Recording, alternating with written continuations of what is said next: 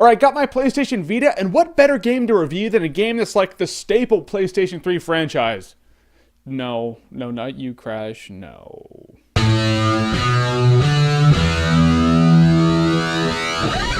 Uncharted Golden Abyss. Alright, so initial reviews that I saw said that Uncharted Golden Abyss was kind of like Uncharted Light, and I just didn't want that. If I'm gonna play Uncharted, I want an Uncharted game. But I figured it is Uncharted, I do have a PlayStation Vita, so I'm gonna get it anyway. Come to find out, the game actually really impressed me. Alright, so first of all, Uncharted Golden Abyss is not made by Naughty Dog Studios, the studio that makes all the other Uncharted games. It's made by Ben's studio, so I figured, oh, if there's any possibility that this is gonna be Uncharted Light, it's not because it's on the PlayStation Vita, it's because a completely different company's making it. Although I guess Naughty Dog did oversee the production, but just saying. But they actually do a really good job. This game feels like a legit Uncharted game. To the point where even the dialogue is perfect. I actually had to check IMDb to see if the game was written and directed by Amy Hennig, who does the other Uncharted games. Turns out it's not. It's written and directed by someone completely different, but you would not know it. If this is what an imitation Uncharted game looks and feels like, well then I'm perfectly fine with it. So other than being a really legit Uncharted game, how does it incorporate some of the PS Vita's features? It has a few gimmicks in it, some I liked, some I did not like. We'll start with the ones I didn't like, because I just like good news being last. The dumbest gimmick in the game is when you're fighting someone, you'll see this little arrow go across the screen. You have to swipe the screen in that direction. Why do you have to do that? I have no idea, but you do. Kind of felt like you were playing touchscreen Dragon's Lair at that point. It really rubbed me the wrong way where the entire last fight of the game is all that. You're just swiping the screen in whatever direction it tells you to do it, and that's how you fight the boss. After you're done, boss is dead, game is over. I didn't like that. I'd rather have a fight. Ultimately, in terms of the gimmicks in the game, that's the one I really didn't like. Some of the gimmicks I did like, I saw that when you're climbing a wall or something, you can just take your finger and run across the path that you want him to go, and he'll do that, which officially saves you energy. How much energy? This much energy. How lazy am I to think that that's actually a good feature, but I liked it. And the touchscreen makes it feel like you're actually doing some archaeology work. You'll find these imprints and you have to do a chalk rub, you know? You just rub the screen like this, it makes you do a chalk rubbing. Coolest gimmick in the entire game is where you get this blank piece of paper and someone was like, oh, hold it up to a light source. Maybe you'll be able to see a message. But the screen is just the piece of paper, so you're like,